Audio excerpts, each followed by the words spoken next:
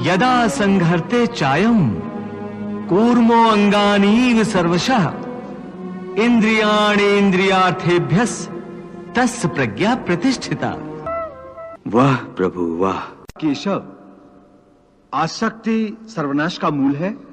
हाँ अर्जुन, इसलिए तुम्हें निरासक्त होने को कह रहा हूं, स्थित प्रज्ञ होने को कह रहा हूं, क्योंकि स्थित प्रज्ञ की स्थिति निष्काम कर्मयोग की चरमावस्था है।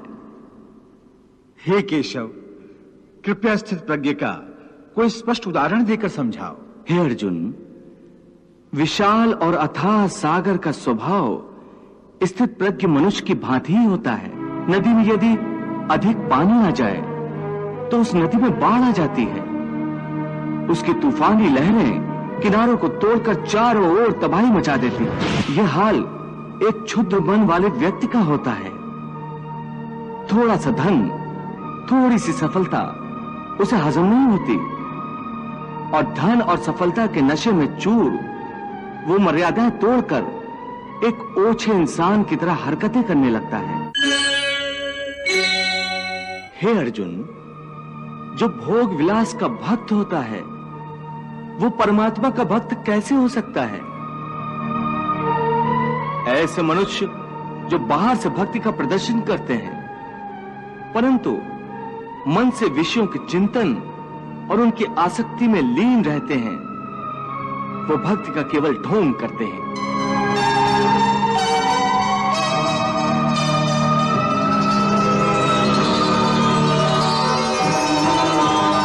वो योगी नहीं, ढोंगी होते हैं। इन्हें मिथ्याचारी कहते हैं। विषया विनिवर्तन्ते निराहारस्य देहिनः रसवर्जम रसोप्यस्य परम दृष्ट्वा निवर्तते। कर्मेन्द्रियाणि संयम्य य आस्ते मनसा स्मरन् इंद्रियार्थान विभूढ़ात्मा मिथ्याचारः स उच्यते। पार्थ, स्थित प्रज्ञ मनुष्य की बुद्धि स्थिर रहती है, अपने मन पर उसका नियंत्रण रहता है। स्थित प्रज्ञ को भोग और उपभोगों में रस आसक्ति नहीं होती। वो शुभ अशुभ वस्तुओं की प्राप्ति होने के बाद भी न प्रसन्न होते हैं और न दुखी होते हैं। पार्थ, ऐसे महापुरुषों को पूर्ण विश्वास होता है कि ईश्वर सदा सर्वदा उनके साथ है, इसलिए वो किसी भी परिस्थिति में विचलित नहीं होते। ये कहना आसान है केशव, साधारण मनुष्य के लिए इस मानसिक स्तर पर पहुंचना बहुत कठिन है। इसके लिए सांसारिक मनुष्यों को किसी दैवीय सहायता की आवश्यकता होगी। तुमने ठीक कहा अर्जुन, भगवत कृपा के बिना कोई भी कार्य सिद्ध नहीं हो सकता। इसलिए मनुष्य को अपने पुरुषार्थ के साथ साथ प्रभु की भक्ति का भी आश्रय लेना चाहिए। हे अर्जुन, परमात्मा की भक्ति करने से मन सात्विक हो जाता है और विषयासक्ति पूर्णतः समाप्त हो जाती है। और यदि आसक्ति का नाश नहीं हुआ तो? आसक्ति का नाश नहीं हुआ तो मनुष्य का सर्वनाश हो जाता है। सर्वनाश? हाँ पार्थ, सर्वनाश। हे अर्जुन, आसक्ति के मारे हर मनुष्य किसी भी विषय के आकर्षण और मोह में फंसकर सोते जागते निरंतर उसी का चिंतन करते रहते हैं।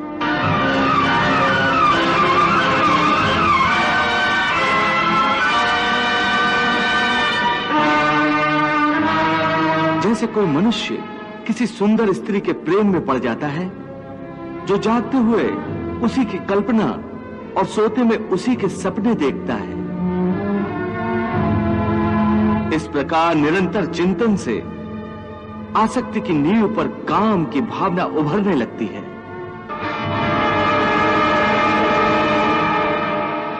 काम या वासना में थोड़ी भी रुकावट आने से क्रोध का आगमन हो जाता है।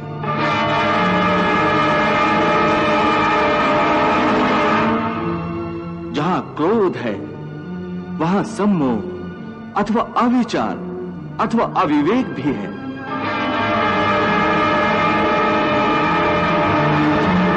जिस प्रकार प्रचंड वायु के झोंके से दीपक की ज्योति बुझ जाती है, उसी प्रकार काम जनित अविवेक की आंधी से मनुष्य की स्मृति नष्ट हो जाती है। और जब स्मृति भ्रंश हो जाता है तब बुद्धिनाश में कितना समय लगता है पार्थ? चैतन्य का नाश होने पर जो दशा शरीर की होती है, ठीक वही दशा बुद्धि का नाश होने पर मनुष्य की हो जाती है। बुद्धिनाश के कारण मनुष्य का भी सर्वनाश होता है।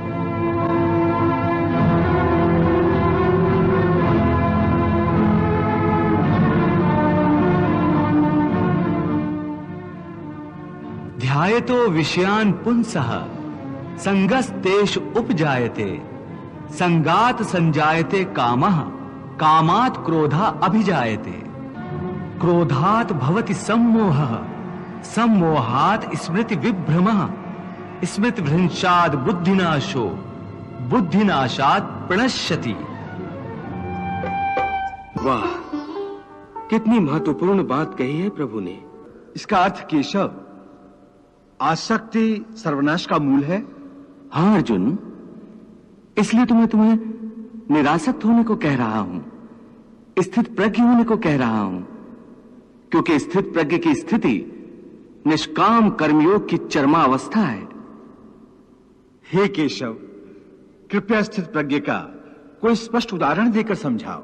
हे अर्जुन, विशाल और अथाह सागर का स्वभाव स्थित प्रज्ञ मनुष्य की भांति ही होता है। हे पार्थ, नदी में यदि अधिक पानी आ जाए तो उस नदी में बाढ़ आ जाती है। उसकी तूफानी लहरें किनारों को तोड़कर चारों ओर तबाही मचा देती हैं। यह हाल एक क्षुद्र मन वाले व्यक्ति का होता है। थोड़ा सा धन, थोड़ी सी सफलता उसे हजम नहीं होती और धन और सफलता के नशे में चूर वो मर्यादाएं तोड़कर एक ओछे इंसान की तरह हरकतें करने लगता है।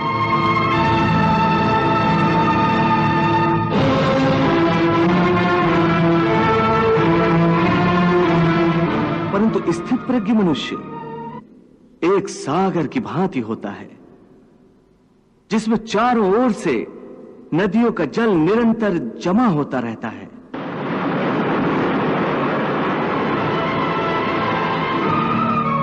परंतु सागर उसी प्रकार शांत रहता है। नदियों का जल उसकी गहराई में गुम हो जाता है और सागर कभी अपने किनारे नहीं तोड़ता। उसके अंदर जल का स्तर वही रहता है। यही स्थित प्रज्ञ की अवस्था होती है।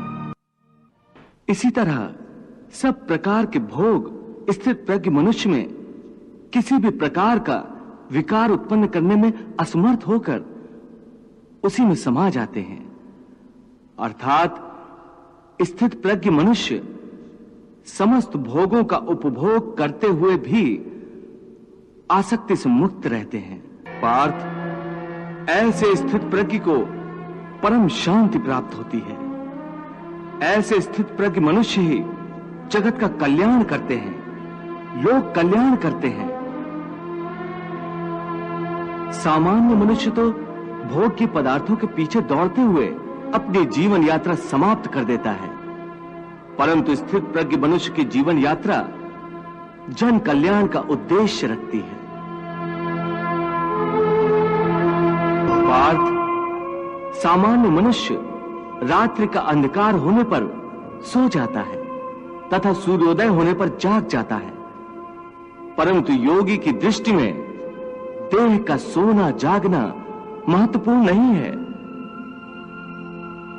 कर्मयोगी ज्ञान के प्रकाश को दिन तथा अज्ञान के अंधकार को ही रात मानता है। पार्थ, विषयों के बारे में अज्ञान रात्रि के अंधकार के समान है। संसारी मनुष्यों की रात्रि के समय अज्ञानी नाशवान सांसारिक सुख उपभोगों में व्यस्त रहते हैं।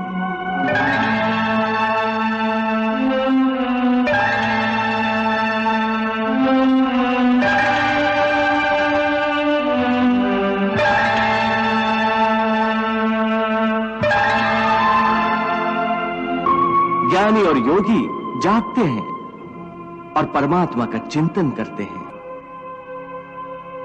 या निशा सर्वभूतानां तस्याम जागर्ति संयमी यस्याम जागृति भूतानि सा निशा पश्यतो मुनेः। वाह प्रभु वाह। हे कृष्ण, जन कल्याण के लिए ये बताओ कि सबसे श्रेष्ठ यज्ञ कौन सा है? हे पार्थ, द्रव्य यज्ञ की अपेक्षा ज्ञान यज्ञ अत्यंत श्रेष्ठ है, क्योंकि मानव का सर्वोच्च कल्याण केवल ज्ञान की शक्ति से ही हो सकता है। ज्ञान ही मानव को अच्छे बुरे, पाप पुण्य, धर्म अधर्म की पहचान कराता है। यहां तक कि ज्ञान के द्वारा ही प्राणी को भगवान के स्वरूप का सही ज्ञान होता है। हे पार्थ, ज्ञान ही वो अग्नि है जिसमें मानव के सारे दोष, दंभ, अहंकार आदि अवगुण भस्म हो जाते हैं। यहां तक कि भक्ति का मूल भी ज्ञान ही है। क्या कहा? भक्ति का उद्गम भी ज्ञान से ही होता है? हाँ अर्जुन। या निशा सर्वभूतानां तस्याम जागर्ति संयमी यस्याम जागृति भूतानि सा निशा पश्यतो मुनेः। हे केशव, जैसा कि तुम कह रहे हो ज्ञान योग कर्म योग से श्रेष्ठ है, तो फिर तुम मुझे कर्म करने और युद्ध करने का उपदेश क्यों दे रहे हो? मुझे संहार करने की प्रेरणा क्यों दे रहे हो? पार्थ, मैंने ये तो नहीं कहा कि ज्ञान योग कर्म योग से श्रेष्ठ है। मेरे कहने का अर्थ यह नहीं था। तुम्हें धोखा हुआ है। हे पार्थ, जैसे साधारण दृष्टि से देखने पर एक नगर में दो आने वाले रास्ते हों, एक पूरब से आ रहा हो, दूसरा दक्षिण से आ रहा हो, परंतु जिस तरह वो दोनों रास्ते अलग अलग दिशाओं से आते हुए एक ही नगर में पहुंचते हैं, उसी तरह ज्ञान योग और कर्म योग दो अलग अलग साधन हैं, परंतु उनका लक्ष्य एक ही है। और दोनों मार्गों से साधक ब्रह्म को ही पाता है। इसलिए दोनों योग उत्तम है, परंतु ज्ञान पर आधारित सांख्य योग की साधना कठिन है। इसके मुकाबले कर्म योग की साधना आसान है। हे अर्जुन, मैंने पूर्व काल में भी इस लोक में रहने वालों के लिए दो प्रकार की निष्ठा कही थी, ज्ञानियों के लिए अथवा सन्यासियों के लिए ज्ञान योग की, और योगियों अर्थात कर्मयोगियों के लिए कर्म योग की। ये दोनों रास्ते प्राणी को भगवान तक ले जाते हैं। लोके अस्मिन् द्विविधा निष्ठा पुरा प्रोक्ता मया नघ ज्ञान योगेन सांख्यानाम कर्म योगेन योगिना। अर्जुन, कर्मों के स्वरूप से त्याग हो ही नहीं सकता, क्योंकि कोई भी प्राणी क्षण मात्र के लिए भी बिना कर्म किए नहीं रह सकता। सभी लोग प्रकृति से उत्पन्न हुए गुणों द्वारा प्रति क्षण कर्म करने पर मजबूर हैं। इसलिए जब प्राणी कर्म करने पर विवश है, तो उसे चाहिए कि कर्म इस प्रकार करे जैसे कोई यज्ञ किया जाता है। यज्ञ? हां पार्थ, यज्ञ लोक कल्याण के लिए भी किया जाता है और भगवान की आराधना के लिए भी। इसलिए जब कर्म करना ही है, तो अपने सारे कर्म या तो लोक कल्याण के लिए कर या मेरे निमित्त कर। इससे तेरे कर्म एक यज्ञ के समान पवित्र, कल्याणजनक और दिव्य हो जाएंगे। इसलिए कर्म को यज्ञ समझकर करता जा, तो कर्म बंधन से मुक्त रहेगा। क्योंकि हे पार्थ, यज्ञार्थ जो कर्म किया जाता है उसको छोड़कर बाकी सब प्रकार के कर्मों का बंधन मनुष्य को बांध लेता है। यज्ञार्थात् कर्मणो नेत्र लोकोयम कर्म बंधनः तदर्थम कर्म कौन्ते मुक्त संगा समाच। हे अर्जुन, शास्त्रों में कई प्रकार के यज्ञों का वर्णन है जिनके द्वारा प्राणी देवताओं की आराधना करके उनको प्रसन्न करते हैं।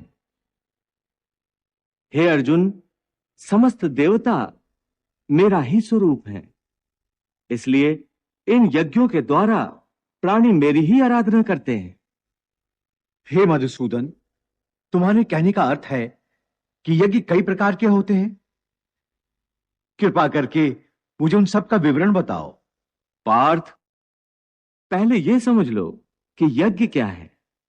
अपनी किसी श्रेष्ठ वस्तु को, अपने धन दौलत को, अपनी किसी विशिष्ट भावना को, बल्कि अपनी किसी तीव्र कामना को भी मुझ परमात्मा के चरणों में समर्पण कर देना, इसी को यज्ञ कहते हैं।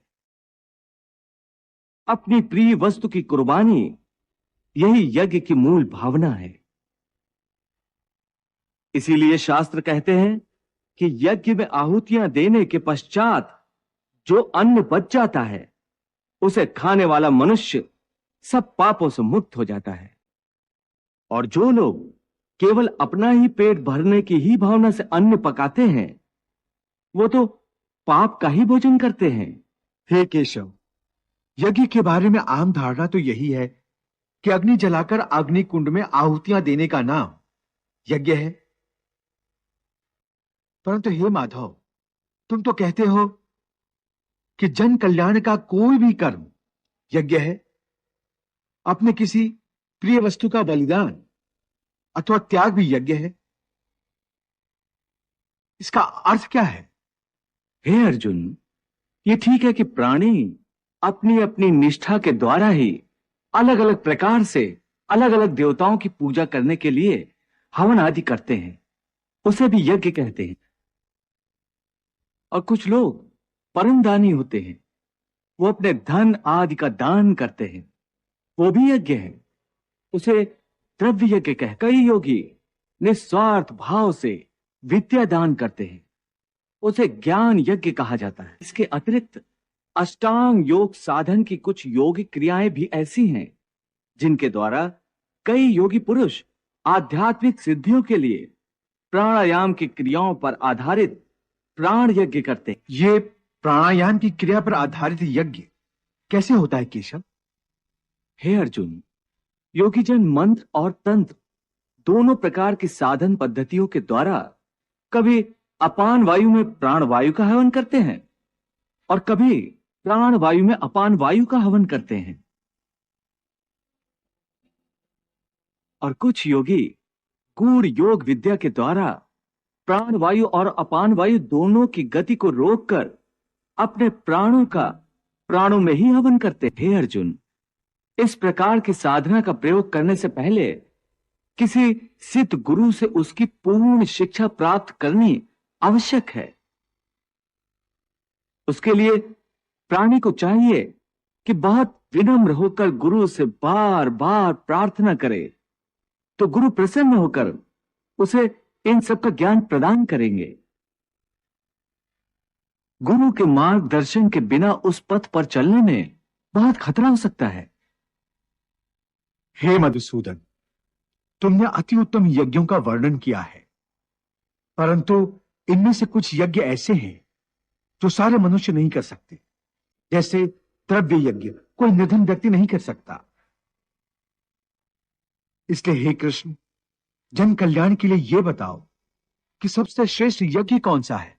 हे पार्थ, द्रव्य यज्ञ की अपेक्षा ज्ञान यज्ञ अत्यंत श्रेष्ठ है, क्योंकि मानव का सर्वोच्च कल्याण केवल ज्ञान की शक्ति से ही हो सकता है।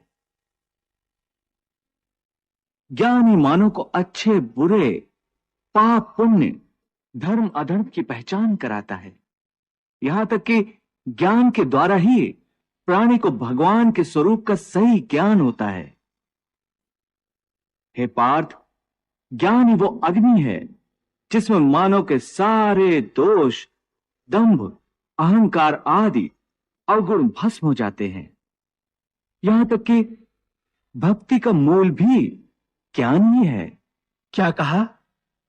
भक्ति का उद्गम भी ज्ञान से ही होता है? हाँ अर्जुन, ज्ञान के पर्वत की चोटी पर पहुंचकर ही मनुष्य को यह ज्ञान प्राप्त होता है कि ज्ञान पर्वत की चोटी से बहुत ऊपर वो निर्मल आकाश है जहां भक्ति का राज्य है।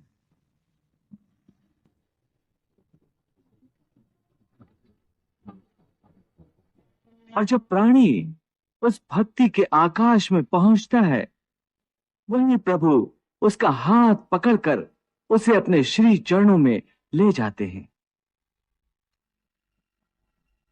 हे अर्जुन, ये समझ लो कि ज्ञान की अंतिम सीढ़ी पर चढ़कर ही प्राणी को श्रद्धा के पंख प्राप्त होते हैं।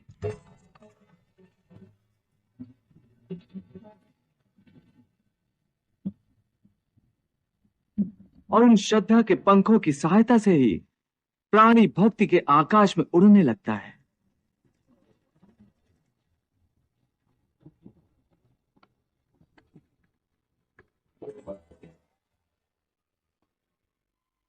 इसीलिए मैंने ज्ञान यज्ञ को ही सर्वश्रेष्ठ कहा है।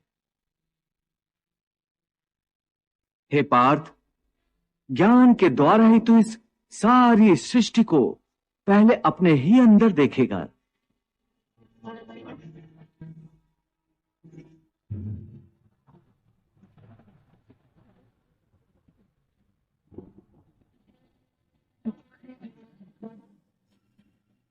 और फिर वह सब कुछ तुम्हें मुझ परमात्मा के अंदर ही समाया हुआ दिखाई देगा।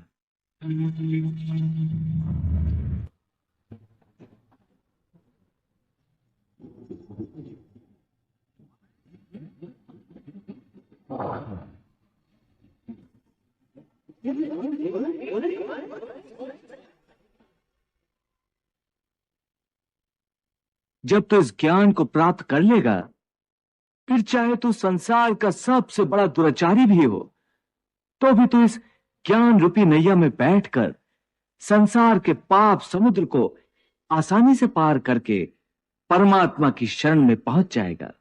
जब जब मृत्युलोक के प्राणियों को मेरी आवश्यकता पड़ती है, तब तब मैं भूलोक पर अवतरित होता हूं। तुम्हारी आवश्यकता कब कब पड़ती है केशव? यदा यदा ही धर्मस्य ग्लानिर्भवति भारत, अभ्युत्थानम धर्मस्य तदात्मानं सृजाम्यहम्। जब जब सत्य और धर्म की हानि हो जाती है और अधर्म और असत्य की वृद्धि हो जाती है तथा पाप का साम्राज्य स्थापित हो जाता है, तब तब मैं अपने को प्रकट करता हूं। परित्राणाय साधूनां विनाशाय च दुष्कृतां धर्म संस्थापनार्थाय संभवामि युगे युगे। हे अर्जुन, मैं जिस योग की शिक्षा तुम्हें प्रदान कर रहा हूं, सबसे पहले कल्प के आदि में मैंने यही योग सूर्य को बताया था। इमं विवस्वते योगम प्रोक्तवान हम व्ययम विवस्वान मनवे प्राह मनुरिक्ष्वा कवे ब्रवीत। पार्थ, सूर्य ने इस योग को अपने पुत्र मनु से कहा और मनु ने अपने पुत्र इक्ष्वाकु से कहा। हे अर्जुन, इस प्रकार परंपरा से प्राप्त इस योग को राज ऋषियों ने जाना, परंतु बहुत समय से ये योग इस लोक से लुप्त हो गया। आज यही पुरातन योग मैंने तुझसे कहा है, क्योंकि तुम मेरे भक्त हो और सखा भी, इसलिए मैं तुम्हें ये गुप्त ज्ञान प्रदान कर रहा हूं। हे केशव, तुम तो कह रहे हो कि तुमने ये योग सूर्य से कहा था, परंतु तुम्हारा जन्म तो इसी काल में हुआ है और सूर्य का जन्म तो पुराना है। फिर तुमने ये योग सूर्य से कैसे कहा? हे अर्जुन, इस मृत्युलोक में तुम्हारे और मेरे अनेक जन्म हो चुके हैं और आगे भी होते रहेंगे। मैं भी अनेक बार इस मृत्युलोक पर अवतरित होता रहता हूं। परंतु तुम अज्ञान के कारण इस रहस्य को जानते नहीं हो, और मैं दिव्यत्व के कारण जानता हूं। परंतु हे अर्जुन, मेरा जन्म साधारण प्राणियों की भांति नहीं होता। मैं अविनाशी हूं।